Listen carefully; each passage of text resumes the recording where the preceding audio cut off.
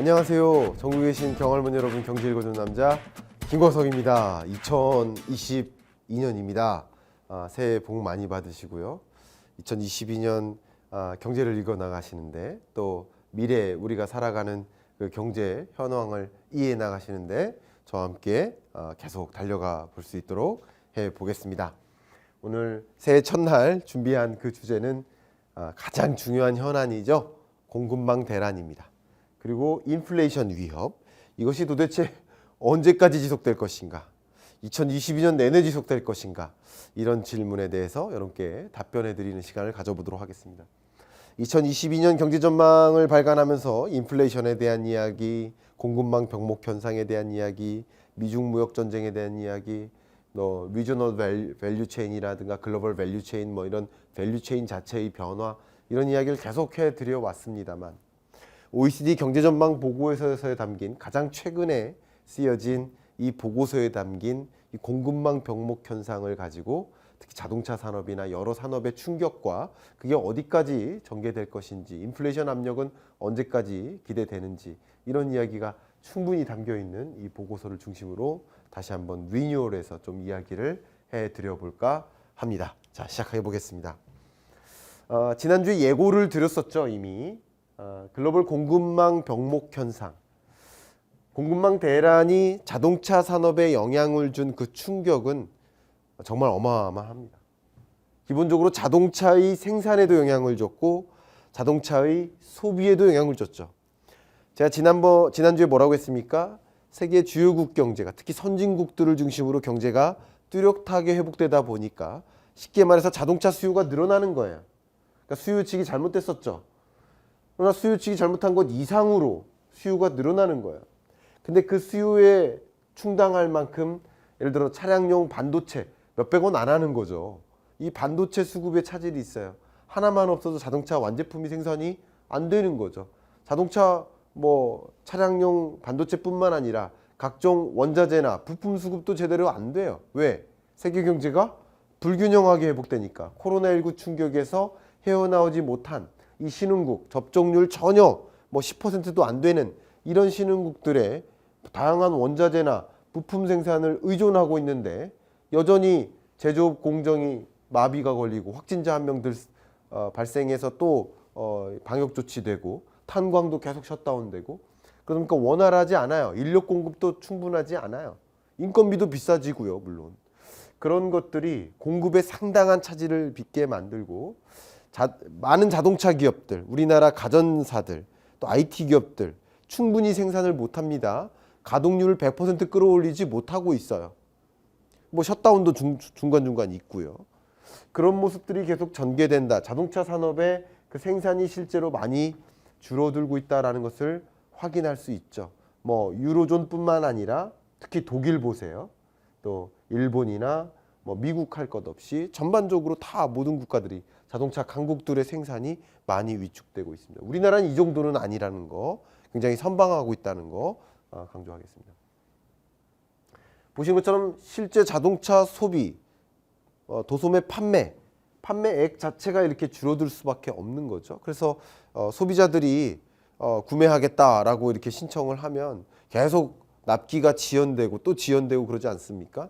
자동차뿐만 아니라 스마트폰 납기도 지연되고 가전제품 납기도 지연되고 계속 그러지 않습니까? 다 이제 완제품을 생산하는 과정에서 중간재 혹은 원자재 공급, 이런 것들의 차단이 계속 있기 때문에 그런 현상이 나타나는 것이라고 볼 수 있겠습니다. 그만큼 이 공급망 대란은 자동차 산업에 엄청난 충격을 줄 텐데, 실제 이 공급망 대란이 자동차 산업에 얼마만큼 충격을 줄지를 본 그래프를 통해서 확인할 수 있겠습니다. 결국 자동차 산업 내 공급망 대란으로 인한 GDP 로스, 그러니까 자동차 산업의 생산 규모, 부가가치의 총 부가가치의 축소 정도가 이렇습니다. 특히 독일이나 멕시코, 체코, 일본 할 것 없이 정말 많은 나라들이 이렇게 실제 생산에 상당한 타격을 입고 있는 것이죠. 실제 이미 2020년에 생각했었던 이 자동차 이 서플라이 체인의 어떤 구조적인 병목 현상 이런 것들로 인해서 어떻게 보면 자동차 생산이 이렇게 될 줄은 몰랐던 거예요. 이렇게 될 걸로 생각을 했었던 거예요.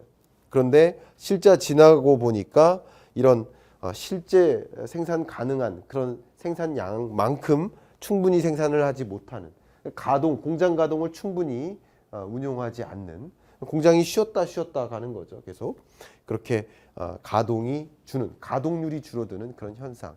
그래서 기대 수익을 충분히 벌어들이지 못하는 그런 모습들이 이 공급망 대란으로 인한 자동차 산업의 충격을 설명해 준다.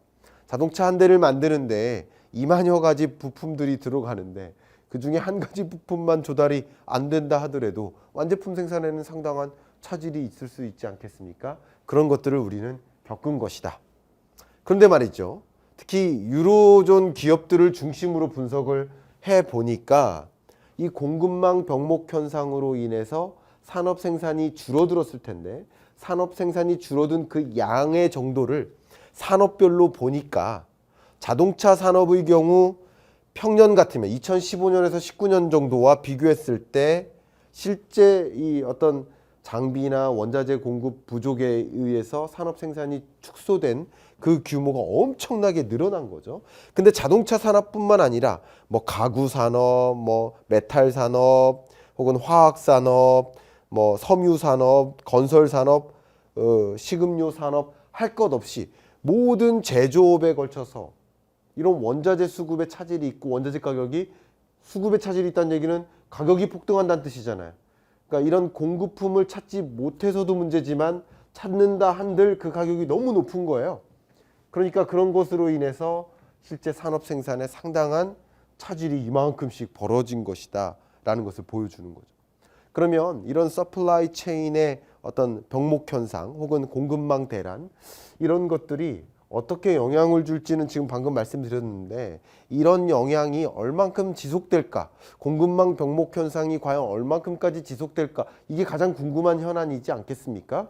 그래서 OECD 경제전망 보고서에서 그런 부분에 대해서 이미 조사를 해봤습니다.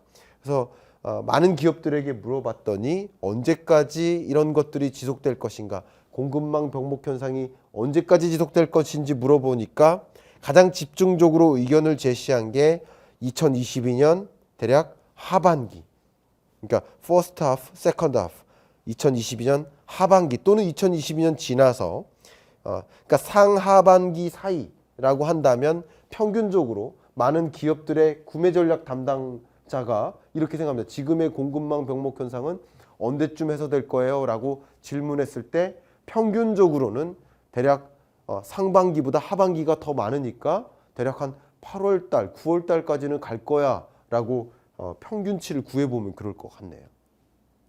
공급망 병목 현상이 상당 기간 지속될 것이다 라고 보는 거죠. 대략 한 6월, 7월, 8월 이 정도 된다고 생각해도 좋겠죠. 이 중간 정도라고 볼 수 있겠죠. 그런 것들로 인해서 생산도 딜레이되고 쉬핑도 딜레이되고 여러 가지 원자재 수급의 가능성 자체도 계속 딜레이되는 그런 것들이 전개되고 있다라는 것을 말씀드립니다. 자, 그럼 우리는 어떻게 대응해야 됩니까? 결국 공급망 병목 현상에 적극적으로 대응을 해야 되는데 OECD, IMF, 월드뱅크 같은 이런 경제 기구들이 경제를 진단하는 것에 멈추는 것이 아니라 그 진단을 해보고 뭐가 문제인지 찾고 판단하면 그것에 맞는 처방, 솔루션까지 제안을 합니다. 보는 것처럼 자동차 산업을 예를 들어 본다면 RVC의 중요성이라는 단어가 나옵니다. 22년 경제전망서에도 계속 강조했듯이 글로벌 밸류 체인이 붕괴되고 리저널 밸류 체인으로 재편된다. 결국 글로벌리 생산 공정이나 원자재 조달이나 이런 것들이 분산되어 있다가 분산되어 있는 것이 유리하지 않을 수도 있구나라는 것을 처음 깨달은 거죠. 그러면서 리쇼링 전쟁이 전개된다라고 제가 수차례 말씀을 드렸죠. 그런 것들이 전개됨에 따라서 글로벌 밸류 체인이 아닌 리저널 밸류 체인, 국내에서 모든 걸 다 해먹자. 반도체를 두고 신냉전 체제가 온다. 그 얘기도 또 일맥상통합니다. 여러 가지 것들이 함께 맞물리면서 글로벌 밸류 체인이 붕괴되는 모습이라고 볼 수 있겠죠. 실제 예를 들면 뭐 호주 같은 경우 어디에 특정 일렉트로닉 혹은 electrical equipment 뭐 이런 장비라든가 이런 인풋이죠. 원자재 부품 장비 이 수급을 어떤 국가에 주로 의존을 하고 있는지 호주는 어떻고 우리나라는 어떻고 이렇게 보여주고 있습니다. 상대적으로 우리나라나 일본 같은 경우는 아시아 태평양 지역에 집중적으로 의존하고 있음을 확인할 수 있죠. 다른 나라들도 마찬가지예요. 유로피언 국가들은 역시 유럽에 많이 의존하고 있는 모습이고 또 미국이나 멕시코와 같은 이런 아메리카 대륙에 있는 국가들은 역시 아메리카 지역에 더 집중적으로 의존하고 있는데 이런 것들이 더 커질 것이다. 결국 리저널 밸류 체인, 그 지역 내 밸류 체인을 다 완벽하게 구축을 해야 된다. 그래서 우리 산업을 진흥할 때 이 해당 산업에서 다른 산업으로의 진출도 중요하겠지만 이 산업의 완제품을 생산하는 그 공정, 그 밸류 체인 전반에 있어서 전후방 산업으로의 진입. 예를 들어서 딸기잼을 만드는 회사다. 그러면 딸기를 생산하거나 딸기 농업이죠. 스마트 팜을 이용해서 딸기를 생산하거나 그리고 딸기잼을 만든 그 기업이라면 이것을 어떻게 판매할 것인지 온라인 유통 채널을 만들거나 밸류 체인 전반에 걸쳐서 전후방으로 진입을 해 나가야 된다는 거죠. 그런 식으로 산업 육성책이 또 집중돼야 된다라는 것을 강조하고 있는 표현이라고 볼 수 있겠습니다. 근데 우리나라 산업을 좀 들여다봤습니다. 제가 직접 한국무역협회 데이터를 가지고 분석을 해보니까 우리나라의 이 가공 단계별 수입액이라고 봅니다. 우리나라의 전체 수입액 중에 소비재가 얼만큼 차지하나, 빨간색, 1차 상품, 그리고 중간재, 자본재가 얼만큼 차지하나. 결국 1차 상품이 굳이 얘기하면 원자재에 해당되겠죠. 그리고 중간재, 자본재, 중간재는 부품이고요. 자본재는 생산 장비 이렇게 생각하셔도 거의 틀림이 없는 것 같습니다. 결국 소재, 부품, 장비에 해당되는 거죠. 근데 우리나라는 대략 2021년 기준으로 1월부터 11월까지의 이 수입액을 가지고 분석을 해보니까 대략 87%가량을 소부장을 해외에 의존하고 있는 구조입니다. 기름 한 방울 나지 않는 나라라고 표현하지 않습니까? 그만큼 우리는 다른 나라에 이렇게 의존적인데 공급망 병목 현상이 장기화될 경우 그 영향, 그 충격이 다른 나라, 그 어떤 나라들보다 더 충격적일 수 있겠구나라는 생각을 해보고요. 그래서 자원개발 사업에 뛰어드는 그런 기업들을 우리 응원해줘야 됩니다. 그래서 자원개발 사업, 원자재나 부품이나 장비를 해외에 의존하다가 국내에서 그런 것을 조달할 수 있게 만드는 그런 기업들, 그런 기업에게 투자하는 것도 좀 적절하지 않을까라는 생각을 많이 갖고 있고요. 정부는 그렇게 할 수 있도록 많은 인센티브를 제공해야 되겠고, 제가 계속 끊임없이 정부에 제안을 하고 있는 제 제안 사항이 이 공급망 병목 현상, 공급망 안정은 국정과제가 돼야 된다. 국정과제를 해결하기 위해서 정권 바뀐다고 멈추는 게 아니라, 정부가 바뀐다고 멈추는 것이 아니라 어떤 정부가 등장해도 어떤 정권이 등장해도 계속되어야 될 국정과제, 국정철학이 되어야 된다. 공급망 병목 현상에 대응하라라는 거죠. 그런 관점에서 소재공사를 제가 여러 차례 제안 드렸는데 민간 기업들이야 요소를 직접 만드는 게 나을지 아니면 중국으로부터 사오는 게 나을지 판단해서 하는 거 아니겠습니까? 민간 기업들이야 그럴 수 있습니다. 그러나 정부는 이 97.7%의 요소를 100%의 마그네슘을 다 중국으로부터 수입해오면 되겠습니까? 안 된다는 거죠. 안 된다는 것을 우리 깨달은 거잖아요. 깨달았기 때문에 적어도 5%, 적어도 3%만큼은 그 정도의 요소만큼은 그 정도의 마그네슘만큼은 스스로 확보할 수 있는 중국이 아닌 다른 나라에 의존할 수 있는 그런 조치를 취해 나가야 된다. 자원 협력이라든가 호주의 국빈 방문에서 문재인 대통령이 국빈 방문해서 자원 협약을 체결했죠.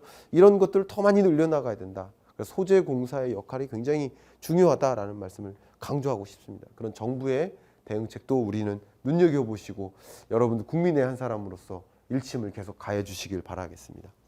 또 한 가지 걱정되는 것 하나는 공급망 병목 현상이 생각했던 것보다 장기화되는구나. 그러면 인플레이션 우려가 있겠죠. 그렇죠. 인플레이션 우려. 그래서 인플레이션 우려가 실제 전개되고 있고요. 근데 인플레이션 우려가 전반에 걸쳐 일어나는 것이 아니라 그 가격 상승이 재화에, 그러니까 서비스가 아니라 재화를 중심으로 가격 상승이 일어나고 있다. 그것은 결국 공급망 병목 현상에 의해서 원자재 가격이 치솟음에 따라서 중간재 가격이나 완제품 가격도 오르는 것이다. 이렇게 생각해 보시면 좋을 것 같고요. 서비스 가격은 그만큼 오르지 않는구나라는 것을 생각해 본다면 인플레이션 현상이 22년에도 어느 정도 나타나긴 하겠지만 22년 한 3분기 정도, 하반기 앞부분에 이때쯤 되면 이제 공급망 병목 현상이 완화될 거라고 전제를 한다면, 특히 그럴 거라면 인플레이션 현상은 잡힐 수도 있겠구나. 더군다나 이런 인플레이션 현상을 으로 인한 충격을 막기 위해서 미국도 기준금리 인상 속도, 테이퍼링 속도를 가속화하기로 결정하고 있지 않습니까? 우리나라도 같이 맞물려서 움직이겠죠. 이렇게 금리 통화 정책을 전환해 나가는 그 속도를 또 가속화함에 따라서 인플레이션 압력은 또 우려가 아닌 게 될 수 있겠다라는 것도 한번 생각해 봐 주시면 도움이 되겠습니다. 이렇게 2022년 세계 경제를 조망하시고 객관적으로 경제를 판단하시는데 본 내용이 참조가 되셨기를 바라는 마음으로 2022년 첫 번째 경제 읽어주는 남자 이상 마무리하겠습니다. 감사합니다.